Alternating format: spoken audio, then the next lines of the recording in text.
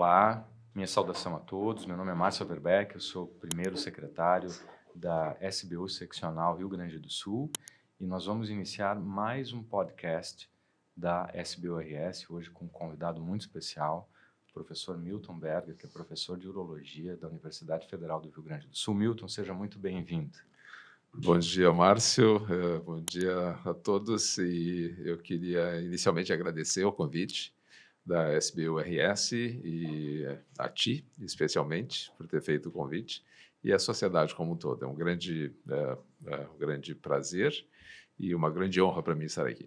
Então, é uma oportunidade muito feliz que a gente vai aproveitar a sua experiência, expertise na área de aumento benigno da próstata, para que nós possamos discutir um pouco sobre esse ponto que é muito importante na prática do urologista em geral, né? Porque HPV é muito prevalente na prática urológica. Super prevalente, né? A gente que vai acompanhando os pacientes por longo tempo, né? Já que eles fazem revisão com a frequência regular, a gente vê, né, o início dos sintomas a partir de uma determinada idade e progressiva acentuação desses sintomas à medida que o tempo passa. Isso está descrito, não é só uma experiência pessoal, é a experiência de todos, e isso está descrito em diversos trabalhos, né? É uma doença prevalente, né, e vai incomodar a maioria dos homens, na realidade. Nem sempre isso vai precisar de tratamento, mas alguma mudança no padrão miccional a gente experimenta à medida que o tempo passa. Milton, um ponto que eu vejo muito frequentemente também na prática clínica, nesse contexto de HPV e LUTS, é que os homens chegam e quando perguntados sobre sintomas urinários de maneira proativa, porque muitas vezes eles vêm para fazer o rastreamento do câncer de próstata, ou para um acompanhamento de algum achado de exame de imagem, ou para fazer a consulta urológica de rotina, nós perguntamos, em relação aos sintomas urinários, o jato, como está, a frequência miccional, necessidade de levantar mais vezes à noite, eles relatam sintomas, mas não é incomum que eles não relatem um desconforto muito grande associado com esses sintomas. Então, muitas vezes nós vemos uma discrepância na prática urológica entre a gravidade da situação em si e o incômodo gerado por ela. Como a gente procede com esses pacientes e qual a importância de exames não invasivos nesse contexto? A pergunta foi muito bem formulada, Márcio, parabéns. Mas, exatamente, a gente experimenta sintomas diferentes e a repercussão que esses sintomas têm na nossa vida é diferente, dependendo de vários fatores, né? Eu costumo falar com os pacientes, se eu sou aposentado, estou em casa, vivo praticamente em casa, lendo, fazendo algumas coisas ou vendo TV, eu tenho uma maneira de lidar com a minha frequência miccional. Agora, se eu sou talvez o advogado e tenho que ficar horas e horas dentro de um júri ou de um tribunal fazendo a minha arguição, eu provavelmente vou ser incomodado se eu tiver muita vontade de urinar. Portanto, a presença de sintomas não necessariamente implica em incômodo. Então, essa é a primeira observação. E nós todos experimentamos isso, mas à medida que o tempo passa, a percepção desse incômodo pode variar também, né? Justamente porque tem condições outras que também ocorrem. Quando nós envelhecemos, outras doenças aparecem. Nós podemos ter diabetes, nós podemos ter que tomar um diurético, nós podemos ter hipertensão, alguma doença cardíaca, alguma doença neurológica, um AVC. E isso tudo pode implicar também no agravamento desses sintomas miccionais. Portanto, o paciente que tem hiperplasia benigna de próstata é um paciente que deve ser visto e avaliado na sua integridade. Você falou em perguntar sobre outras doenças, perguntar sobre sintomas miccionais, mas também em relação à sexualidade. É parte integral da avaliação urológica fazer uma avaliação geral do paciente, em todas as suas comorbidades e a queixa específica que ele vem apresentando, para ver se alguma coisa também pode se relacionar a isso e contribuir para essa queixa específica. Portanto, a avaliação urológica é uma avaliação integral do paciente. Esse é um ponto muito interessante, Milton, porque mais recentemente várias evidências trazem uma potencial associação entre síndrome metabólica e HPV e LUTS, né? Como uma associação que não tem necessariamente um vínculo causal nesse momento, mas existe uma associação. Conhecido, pelo menos, não, né? Existe Mas, uma associação, né? exato. Então, síndrome metabólica é fator de risco para doença cardiovascular, doença cerebrovascular, para alguns tipos de tumores e para a ocorrência de aumento benigno de próstata e da gravidade dos sintomas. Há uma associação. Então, acho que você trouxe de maneira muito importante o papel do urologista nesse contexto. Quando a gente vai fazer a avaliação urológica, nós não avaliamos a próstata, nós avaliamos o paciente como um todo. E Perfeito. isso é muito importante. Falando de sintomas urinários, o que seria uma avaliação básica do paciente? Quais são os exames que lhe auxiliam na sua prática para determinar qual que é a gravidade daqueles sintomas, qual a conduta que a gente pode seguir na sequência? Bom, em relação a esses sintomas urinários, a gente tem basicamente dois tipos de sintomas: sintomas de armazenamento e sintomas de esvaziamento, que praticamente são as funções do fenômeno da micção. A gente tem que armazenar a urina na bexiga para que a gente não tenha que toda hora ir no banheiro, e a gente tem que esvaziar a bexiga adequadamente. Então, nós temos sintomas de armazenamento, que também podem ser chamados sintomas irritativos, e nós temos sintomas de esvaziamento, que podem também ser chamados de sintomas obstrutivos. Objetivamente, a gente tem questionários que a gente pode utilizar. Existe um questionário, que casualmente fui eu que fiz a validação transcultural na língua portuguesa, foi no meu mestrado. O IPSS. O IPSS, International Prostate Symptom Score, e é muito interessante porque ele dá uma visão objetiva, né, do quanto o paciente apresenta de sintomas, e existe uma questão desse questionário que solicita ao paciente avaliar o quanto isso representa em termos de satisfação ou insatisfação. Portanto, a gente pode avaliar objetivamente e de uma maneira semi-quantitativa o quanto o paciente apresenta de sintomas, a magnitude do sintoma em si, e o quanto isso incomoda o conjunto desses sintomas na sua qualidade de vida. Esse questionário ele envolve alguns sintomas que são os mais importantes. O jato fraco, se eu tenho vontade de urinar com muita frequência, se quando eu vou urinar eu demoro um pouco para começar a sair o jato, se eu tenho episódios de urgência para urinar. Então, são sintomas que são realmente os mais comuns. É importante o IPSS na avaliação individual do paciente, mas ele não é necessário, né? Totalmente necessário. Controverso. A gente, na conversa com colegas, se pergunta se é imprescindível o IPSS, né? E a gente já em algumas discussões, tivemos a possibilidade de encontrar alguns fatores que permitem entender melhor qual que é a aplicação do IPSS. Eu acho que se você faz uma anamnese de maneira sistemática, introduz um tratamento e repete aquelas mesmas perguntas, talvez o questionário não seja imprescindível, mas acho que ele nos ajuda, não é? Ele é auto-aplicável, a gente tem uma pontuação. Ele ajuda, sem dúvida alguma, mas não é imprescindível, como você falou. A gente consegue entender ou ter uma percepção do quanto o paciente está sendo incomodado pelos sintomas na entrevista. Mas o IPSS é super importante quando a gente compara grupos de pacientes. E talvez para isso ele seja fundamental na realidade e é imprescindível. Se eu vou testar um tratamento cirúrgico ou um tratamento clínico para a doença hiperplasia de próstata, eu tenho que ter uma maneira objetiva, né, de avaliar ou de quantificar sintomas e o quanto eles incomodam o paciente. E quanto à ecografia, a avaliação não invasiva do resíduo plasmiccional, a urofluxometria livre, como você traz isso para o paciente? De que maneira que esses instrumentos podem ser utilizados? Eles são uma rotina ou para pacientes selecionados? Como a gente procede? As sociedades urológicas, elas têm diretrizes, né, que nos orientam em como avaliar os pacientes.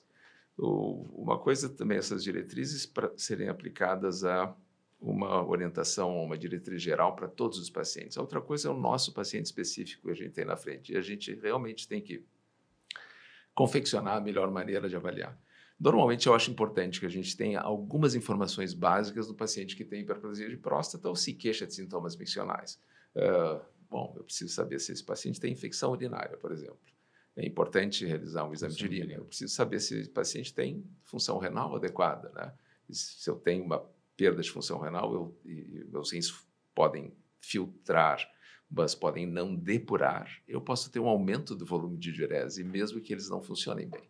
Então, isso também pode implicar em alguma alteração da micção sem que haja um problema prostático evidente. Como eu falei, se eu tenho alguma doença neurológica que pode ter alterado a coordenação motora, a comunicação entre o sistema nervoso central e os órgãos efetores, eu posso ter realmente alguma alteração do padrão miccional. Então, eu prefiro ter também essas informações através de exames de laboratório, uma função renal, um exame de urina e, obviamente, uma dosagem de antígeno prostático específico, porque nós estamos falando de próstata e é importante eu entender ou saber se esse paciente pode ter também uma outra doença que também é bastante prevalente, comum, que é câncer de próstata. Fora desses sintomas, tem os exames de imagem, que são extremamente importantes ser realizados, porque naquele paciente que necessita tratamento, é fundamental a gente ter uma noção do volume prostático.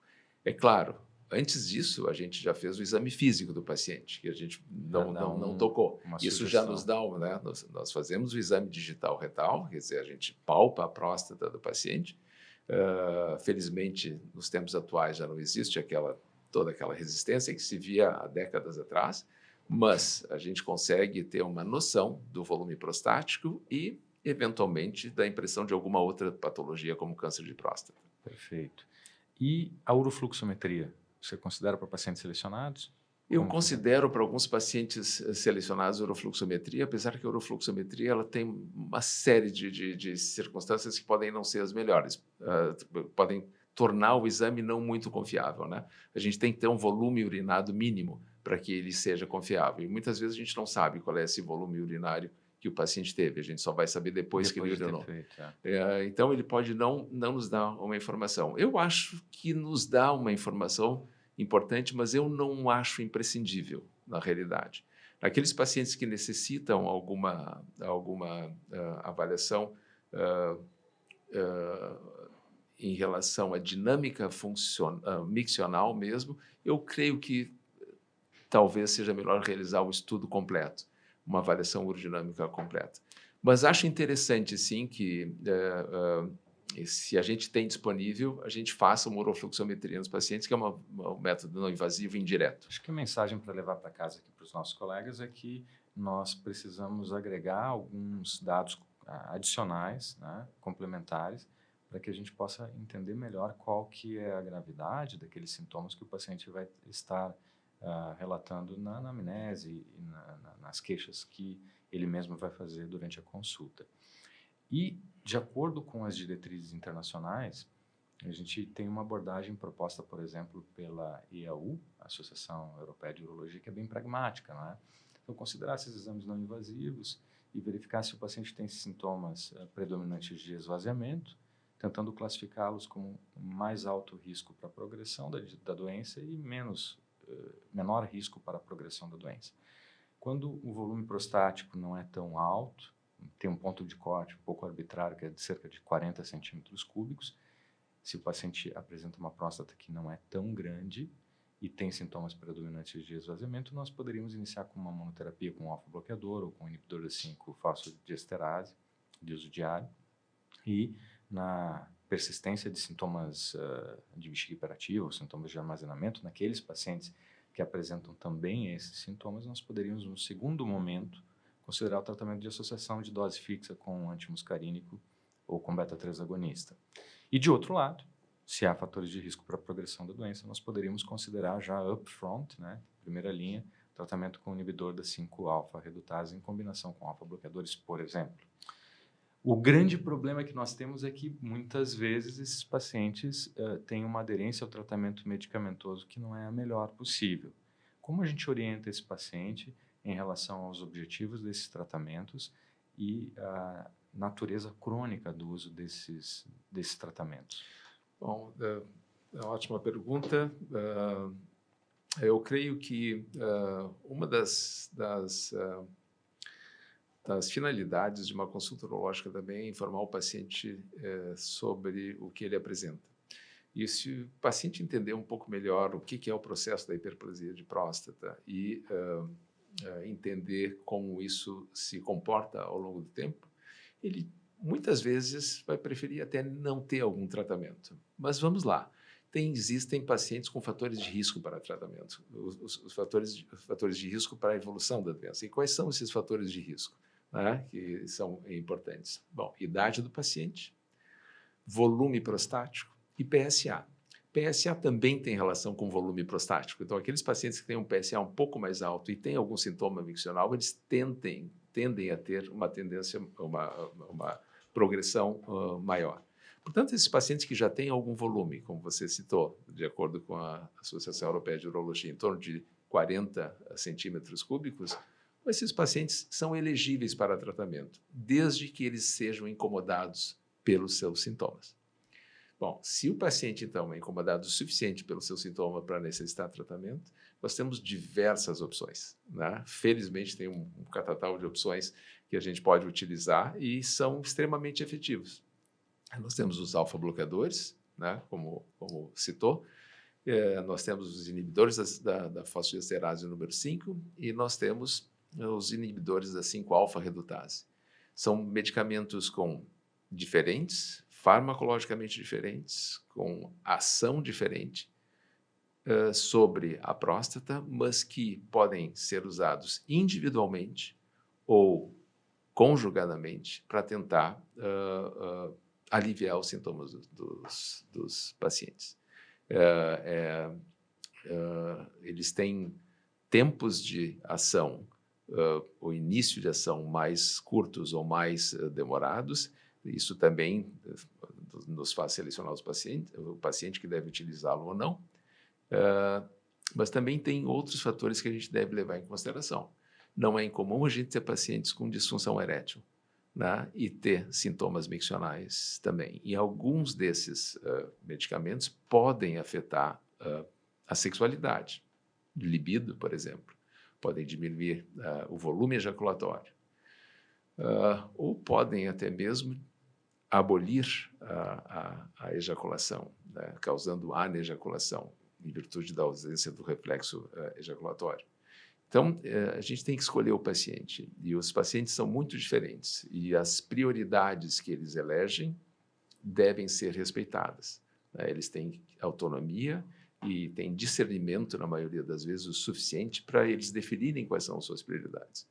Se é um aspecto da sexualidade é muito importante, eu vou direcionar para um determinado tipo de tratamento. Se a prioridade é efetivamente melhorar o sintoma miccional, eu talvez utilize uma outra droga, em mono ou biterapia. Então, como primeira mensagem para os nossos colegas que acompanham o podcast para levar para casa é colocar o paciente no centro da decisão terapêutica e tentar estabelecer uma decisão terapêutica compartilhada com ele, com base nas suas preferências. O paciente sempre está no centro, na realidade, né? Ele é o nosso objetivo inicial e final. Às vezes ele não se dá conta disso, do quanto ele é importante na decisão sobre o tratamento, mas sem dúvida alguma nós é que temos que estar atentos a isso. Em algum momento no congresso da AUA em Chicago, há cerca de 2 ou 3 anos na realidade, o professor Klaus Hoerborn trouxe uma perspectiva sobre quão prevalente os sintomas secundários do aumento benigno da próstata são lá nos Estados Unidos. E ele traçou um dado em relação à população masculina com mais de 40 anos e considerou o número de urologistas ativos no mercado americano, que é de cerca de 11 mil colegas nos dias de hoje, colocando que se todo paciente com sintomas secundários ao aumento benigno fosse procurar o urologista para fazer uma consulta por ano, isso ocuparia 120% da força de trabalho da urologia americana. Então, eu acho que aqui, como uma mensagem importante para os colegas que estão acompanhando o podcast, nós temos espaço para todas essas terapias que nós temos no armamentário para esses pacientes. Então, algum tempo atrás, Milton se questionou se as novas tecnologias minimamente invasivas viriam para substituir o tratamento medicamentoso. Eu acredito que há perfis de pacientes que se enquadram mais em tratamento medicamentoso, tanto sintomático, como é o caso dos alfa-bloqueadores, ou que podem potencialmente alterar a história natural da doença pela redução de cerca de 27%, 30% do volume prostático ao longo de um ano com o uso de inibidores da 5-alfa-redutase, sempre considerando o perfil de risco-benefício do uso desses medicamentos. Mas é muito importante lembrarmos que temos essas novas técnicas minimamente invasivas disponíveis hoje no Brasil. Então, nesse contexto, eu gostaria de te perguntar quais são as tecnologias que a gente tem hoje no Brasil e como escolher os pacientes para essas tecnologias que têm como um mote principal a potencial preservação da função ejaculatória. Isso é para todo paciente com HPB ou para pacientes selecionados? Sempre é para paciente selecionado, mas selecionado de acordo com alguns critérios prévios.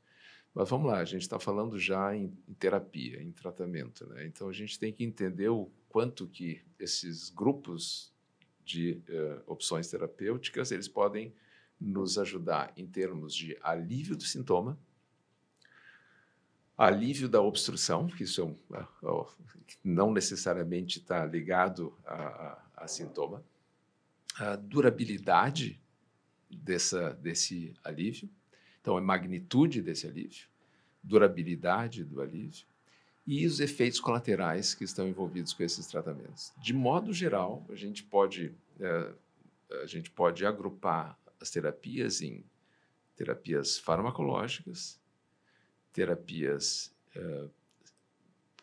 cirúrgicas minimamente invasivas e terapias cirúrgicas.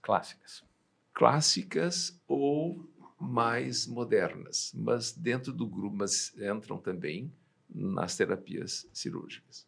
De modo geral, se a gente for colocar esses três grupos e a gente for pensar em alívio de obstrução, a gente tem uma determinada magnitude com os medicamentos, a gente tem uma outra magnitude com procedimentos minimamente invasivos e a gente tem uma outra magnitude com cirurgia, seja qual for. A gente pode até desdobrar isso aí mais adiante.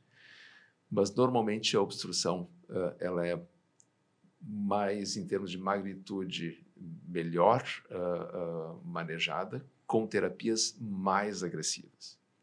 Sintomas, a gente pode ter alívio de sintomas com a cirurgia, sem dúvida alguma, mas as medicações podem nos dar alívio de sintomas, assim como os procedimentos minimamente invasivos. Se o paciente elege como uma prioridade a manutenção da sua sexualidade, certamente os procedimentos minimamente invasivos, que tem esse grupo intermediário entre droga e cirurgia, entre fármacos e cirurgia, nós temos os procedimentos esses que não alteram a sexualidade do paciente em termos de não alterar, especialmente a ejaculação. Tem esse potencial, né? Como o próprio Resum, Whiteind, o Urolift, que eu acho que não está disponível nesse momento no Brasil. O Urolift nós tivemos uma experiência e talvez em termos mercadológicos ele tenha sido mal concebida a implantação dele no mercado aqui nosso, então ele não é mais uma opção aqui. Mas ele aliviava, sim, os sintomas em próstatas de um determinado tamanho, não muito grandes. É óbvio que para cada uma desses grupos terapêuticos aqui a gente tem o paciente ideal. E sem alterar a ejaculação. Porque um dos grandes problemas que a cirurgia pode trazer é a ejaculação retrógrada pelo colo vesical que fica aberto, as técnicas clássicas, né? E esses procedimentos são para esse grupo de pacientes que têm sintomas miccionais que os incomodam, mas ainda têm sua sexualidade plenamente ativa e querem manter a sexualidade. Ou que tem desejo de prole ainda em aberto, não? Ou que tem desejo de prole.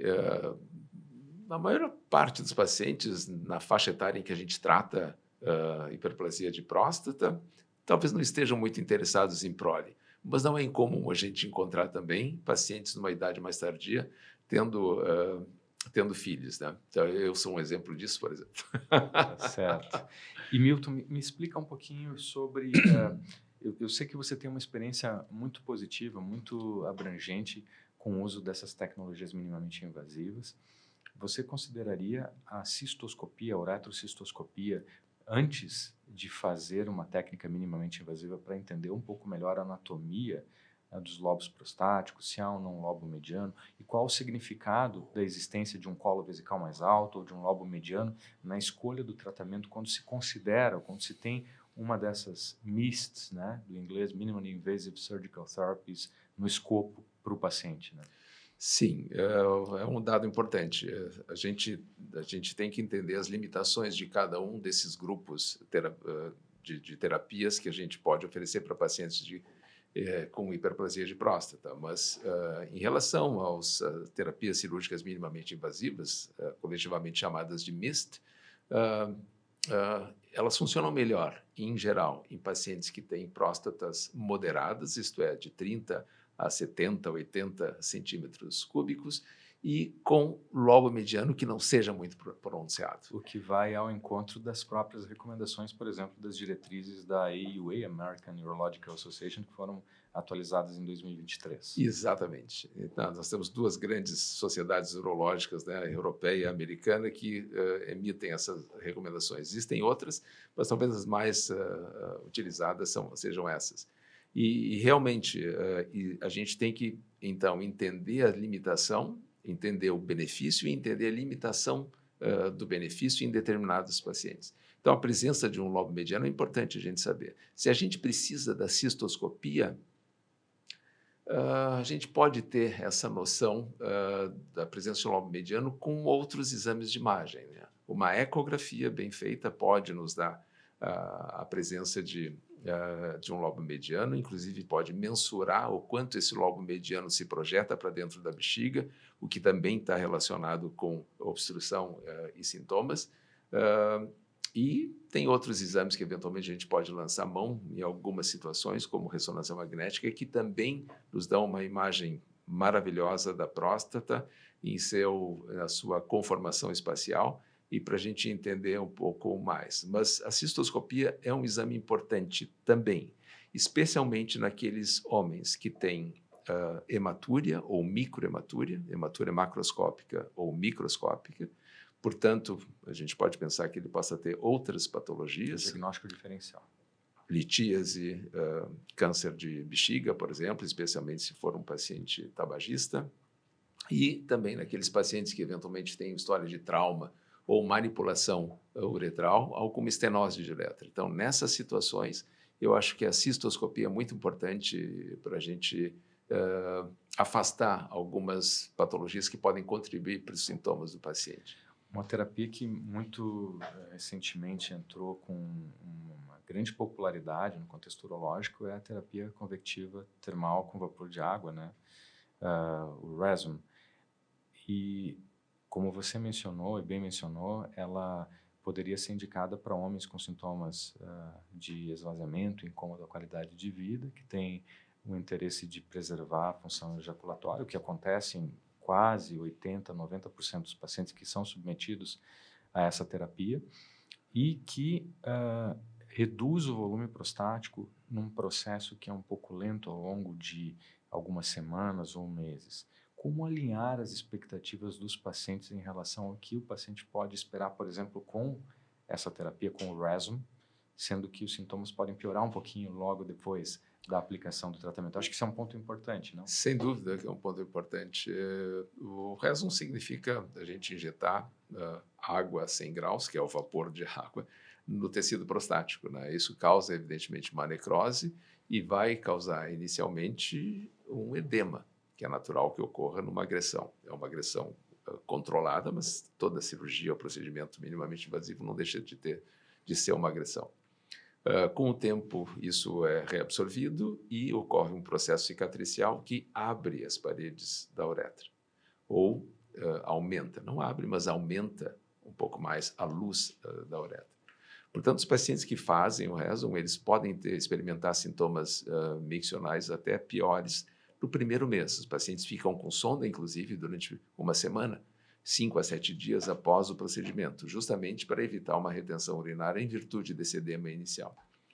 Depois da retirada da sonda, eles podem experimentar um período em que os sintomas podem ser exacerbados, mas eles só vão observar alguma melhora do padrão miccional e dos seus sintomas após 4 a 6 semanas do procedimento. E isso tem que ser muito bem explicado ao paciente, porque o paciente chega com as suas expectativas e o que ele quer resolver o seu problema o mais rapidamente possível. Então, isso tem que ser explicado a ele. A parte boa do RESUM é justamente essa, não altera a ejaculação. Então, o paciente ele continua com a sua performance inalterada em relação ao que era antes do procedimento. Mas ele tem que ser advertido. Todos esses procedimentos minimamente invasivos têm os seus pontos positivos e pontos negativos, né? O próprio iTind, que parece uma ideia interessante, né, de conformar a uretra prostática através de um dispositivo mecânico, né, causando uma compressão das paredes da próstata, a mucosa da próstata na uretra, e causando uma retração cicatricial e conseguindo conformar de uma maneira espacial diferente a uretra prostática. Como se fosse uma prostatotomia interna de uma maneira menos invasiva. Mas que leva tempo para ocorrer. Claro. Né? É um dispositivo que tem que ser implantado e tem que ser retirado, ele tem, depois de um tempo, até que esse fenômeno ocorra. Mas os resultados ainda não são tão convincentes e não tem um tempo de duração ainda que a gente possa avaliar. Assim como todas essas novas tecnologias, elas têm que ser comparadas com métodos convencionais e entre elas, inclusive. Essa área dos MIST, né, Minimally Invasive Surgical Therapies, é muito interessante, porque envolve muita inovação, muita criatividade, e é uma área intensa de pesquisa e envolve colaboração de outras disciplinas. Tem um médico, tem um biomédico, tem um engenheiro biomédico, um engenheiro de materiais. Então, é uma área super interessante, mas tem muita inovação realizada e isso tem que ser comparado com as coisas que nós já temos tradicionais. A gente ainda vai descobrir ao longo dos próximos anos ou décadas quais dessas tecnologias, em função não só da sua eficácia e segurança, mas também da questão mercadológica, quais vão persistir e suportar o teste do tempo, não? Exatamente. Tem algumas outras que são interessantes, especialmente aquelas técnicas que tiram tecido, conseguem tirar tecido, como a aquablation, por exemplo. Que não está disponível ainda no Brasil? Que não está disponível ainda no Brasil, mas vai estar, eu acho que em breve deve estar disponível, e que é uma técnica interessante. É uma técnica interessante. Ela talvez seja indicada para próstatas moderadas ainda, já foi testada em próstatas maiores, mas talvez em próstatas moderadas até 70, 80 centímetros cúbicos seja interessante, e ela tem uma grande vantagem: o procedimento é automatizado, é robotizado. Né? A gente identifica a área que tem que ser tratada, o tecido que tem que desaparecer, coloca aquilo no computador e em 4, 5 minutos aquele tecido está ablado. Né? Ele desaparece, está dissolvido. Tem algumas coisas que tem que fazer também, em termos de hemostasia, após o procedimento. Em geral, se coloca um aparelho convencional para fazer a hemostasia, especialmente do colo vesical, mas é uma técnica interessante, porque ela tira um pouco, né, daquela coisa de subjetividade da atuação do cirurgião.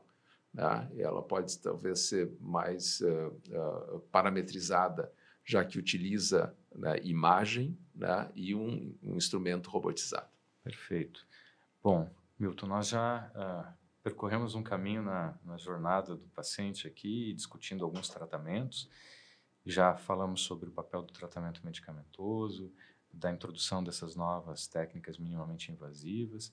E, ao final, eu gostaria de te fazer uma pergunta que eu sei que é delicada do ponto de vista de conflito de interesse para um cirurgião robótico, não? Sim. Que é o que fazer com uma próstata de cerca de 150 gramas ou mais para um paciente que poderia ser um candidato para uma enucleação transuretral endoscópica, então, da próstata, versus uma prostatectomia simples, que nos dias de hoje pode ser feita até por via robótica, com a implementação dessas novas tecnologias. Eu gostaria de solicitar a tua opinião em termos de riscos e benefícios de cada uma dessas manipulações, para que a gente tenha uma visão, digamos assim, geral, que o colega urologista pode ter em relação à indicação até para essas técnicas.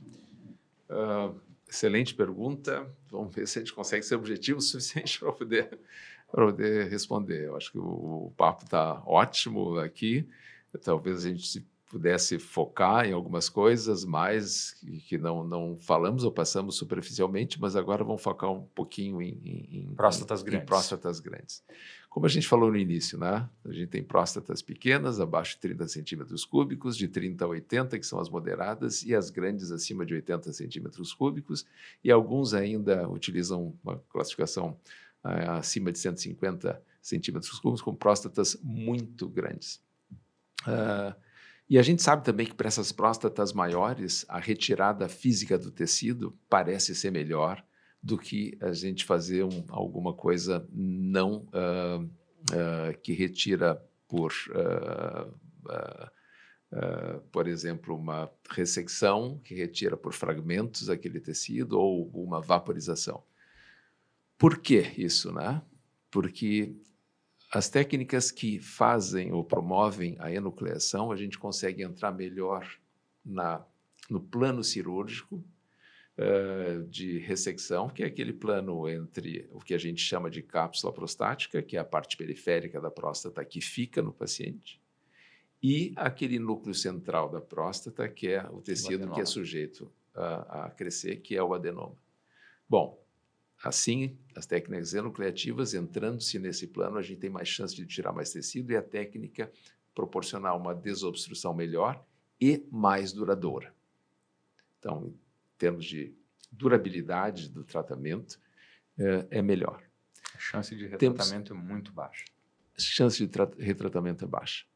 Nós temos diversas técnicas, né, que podem promover essa enucleação, técnicas via transuretral, como, por exemplo, cirurgias a lasers, bastante realizadas hoje em dia. HoLEP, né, que tem uma popularidade muito grande no nosso meio atualmente. No nosso meio, inclusive, gente muito boa fazendo HoLEP, né? Eu acho que a gente tem que louvar, eu acho que a qualidade da urologia gaúcha, sem dúvida alguma, que é reconhecida nacional e internacionalmente até. Então, nós temos essas técnicas e temos outras técnicas que também são inovadoras, utilizam tecnologia e se assemelham muito ao que a gente fazia quando realizava a cirurgia de prostatectomia aberta no passado. Exatamente, no passado. Que é uma técnica fantástica em termos de desfecho, em termos de desobstrução e alívio de sintomas. Mas era uma técnica que tinha problemas de sangramento e incisão, problemas na incisão operatória depois da cirurgia. Então, hoje em dia, a gente consegue fazer isso. Para aquelas próstatas de um determinado tamanho, no meu entendimento, e isso é claro que varia de acordo com a experiência pessoal de cada um de nós, urologistas, mas para aquelas próstatas de um determinado volume, eu acho que a gente tem que selecionar qual é o melhor tratamento. Aquelas próstatas moderadas, talvez as técnicas enucleativas transuretrais, como HoLEP, laser, como BiPolAP, com energia bipolar, sejam interessantes. E tem as técnicas que a gente faz, o que a gente fazia, muito semelhantemente fazia cirurgia aberta, que é a técnica robótica, para aquele paciente que tem uma próstata maior, grande, acima, no meu entendimento. Para mim, o que determina a escolha de um ou outro é o volume prostático, que eu acho que é um consenso entre as sociedades, né? O volume prostático define as opções de tratamento que a gente dispõe, e a gente tem as nossas preferências pessoais. No meu entendimento, a técnica robótica em que a gente coloca portais dentro do abdômen, entra na bexiga do paciente e realiza a enucleação de forma anterógrada, isto é, do colo vesical até o ápice prostático, a técnica robótica promove resultados excelentes. É uma técnica rápida de fazer. Nós estamos acostumados a desenvolver esse plano cirúrgico. Seria uma técnica transvesical. Uma técnica transvesical, a gente está acostumado a fazer. E a gente pode fazer a mesma coisa também, técnica retropúbica também. Mas a gente começou fazendo a técnica transvesical e com resultados muito bons. E a gente consegue fazer uma dissecção de todo o adenoma, deixando a cápsula prostática cirúrgica como deve ser preservada. A diferença da técnica do HoLEP, isso é uma diferença que no meu entendimento é uma diferença conceitual importante, é que a dissecção do ROLEP ou do PIPOLEP, a gente faz a dissecção por via retrógrada. Então, nós descolamos inicialmente do esfíncter e vamos até a bexiga. A robótica, a gente disseca da bexiga e vamos em direção ao esfíncter. Conceitualmente, isso é diferente e, no meu entendimento, isso pode significar alguma diferença em termos de desfecho entre os dois métodos. Mas eu acho que para próstatas grandes, acima de 80 centímetros cúbicos, tentando objetivar um pouco, a técnica robótica que a gente tem feito com uma certa frequência tem excelentes resultados em termos de duração pequena, baixa, em termos de uma hora e pouco a cirurgia está realizada, pouco tempo de sondagem, em torno de 2 dias de sondagem, e pouco tempo de hospitalização e baixo nível de complicações. Então, eu acho que talvez o mais difícil e complexo seja a gente identificar o paciente ideal para cada uma das opções desse imenso leque aqui que a gente comentou, desde próstatas menores com medicamentos ou incisão de próstata, próstatas moderadas e próstatas grandes. Perfeito. Eu acho que também, Milton, só para complementar, um ponto que é muito importante também é a disponibilidade dessas novas tecnologias por parte de sistema público, privado, de saúde, que existe ainda uma heterogeneidade, uma limitação de acesso ainda no nosso país em função de uma recente implementação dessas tecnologias. Então, tudo tem que ser levado em consideração, ver se o paciente também tem a possibilidade de realizar as técnicas mais modernas ou mais recentemente implementadas, né? Sim. Bom, a gente trabalha também em hospital público, né? E eu devo dizer também que talvez o sistema público de saúde, as instituições que lidam com o sistema público de saúde aqui no Rio Grande do Sul, especialmente em Porto Alegre, são de excelente nível. Vamos deixar bem claro. O sistema público de saúde é um excelente sistema em termos de conceito, em termos teóricos. Na prática, ele funciona bem em algumas regiões, não tão bem em outras regiões. Talvez isso seja um ponto em que deva ser melhorado ou aprimorado o sistema.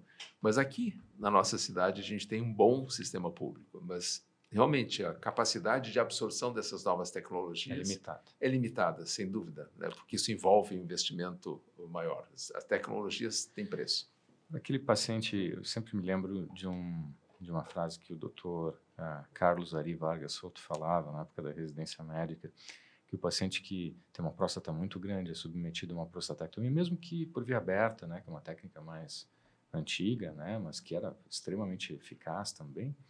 Era aquele paciente que enxergava o urologista do outro lado da rua e que cruzava a rua para cumprimentá-lo, né? Esse é um resumo de como nós, independente da técnica ou da implementação tecnológica que nós temos hoje, graças a Deus no armamentário, embaixo da manga para ofertar para esses pacientes, podemos trazer de benefício, né, em termos de melhora dos sintomas, melhora da qualidade de vida. Acho que isso é muito importante ser enfatizado. E chegando ao fim desse podcast sobre HPV, eu queria muito agradecer a sua presença conosco aqui, que com certeza enriqueceu a discussão de maneira a trazer de forma muito didática para o nosso colega urologista, que faz urologia geral, sobre tudo que pode ser feito, implementado para o paciente que tem HPV e LUTS. Então, gostaria de te convidar para se despedir dos nossos colegas e trazer as suas mensagens finais para quem está acompanhando esse episódio do podcast da SBURS. Só lembrando também, não era só o professor Souto, mas o querido professor Protásio Alves também comentava sobre isso, aquele paciente. Era o consenso, que atravessa a rua para cumprimentar o urologista. Márcio, eu queria agradecer imensamente o convite, me sinto muito lisonjeado com o convite, é uma honra para mim estar aqui, é um prazer, realmente. Volto a dizer que eu acho que o nível da urologia, da medicina em geral e da urologia em particular, aqui no nosso estado, é excelente. Nós temos escolas médicas excelentes aqui. A gente forma bons profissionais. Como eu falei no início, isso é reconhecido em todo o Brasil. E eu espero ter contribuído um pouco para, enfim, conversar um pouquinho sobre esses assuntos que são extremamente comuns. Eu acho que eu sou um cara que gosta do que faz, gosto muito de urologia, né? Gosto muito da parte cirúrgica, mas também gosto muito da parte clínica, e a urologia é uma especialidade que permite que a gente tenha pacientes de ambas essas grandes áreas, e tem muita tecnologia envolvida. Então, é realmente um prazer trabalhar em urologia. Eu tenho certeza que a maioria dos que vão ouvir esse podcast também tem esse mesmo sentimento. Então, eu espero ter contribuído um pouco da minha experiência em relação a isso, e realmente agradecer novamente esse convite para estar aqui. Nós que agradecemos, professor Milton Berger, professor da Urologia da Medicina da Universidade Federal do Rio Grande do Sul, e aos colegas que assistem ao podcast, muito obrigado pela audiência. Fiquem atentos aos episódios que vão ser lançados na página da SBURS e também nas mídias sociais, e até a próxima.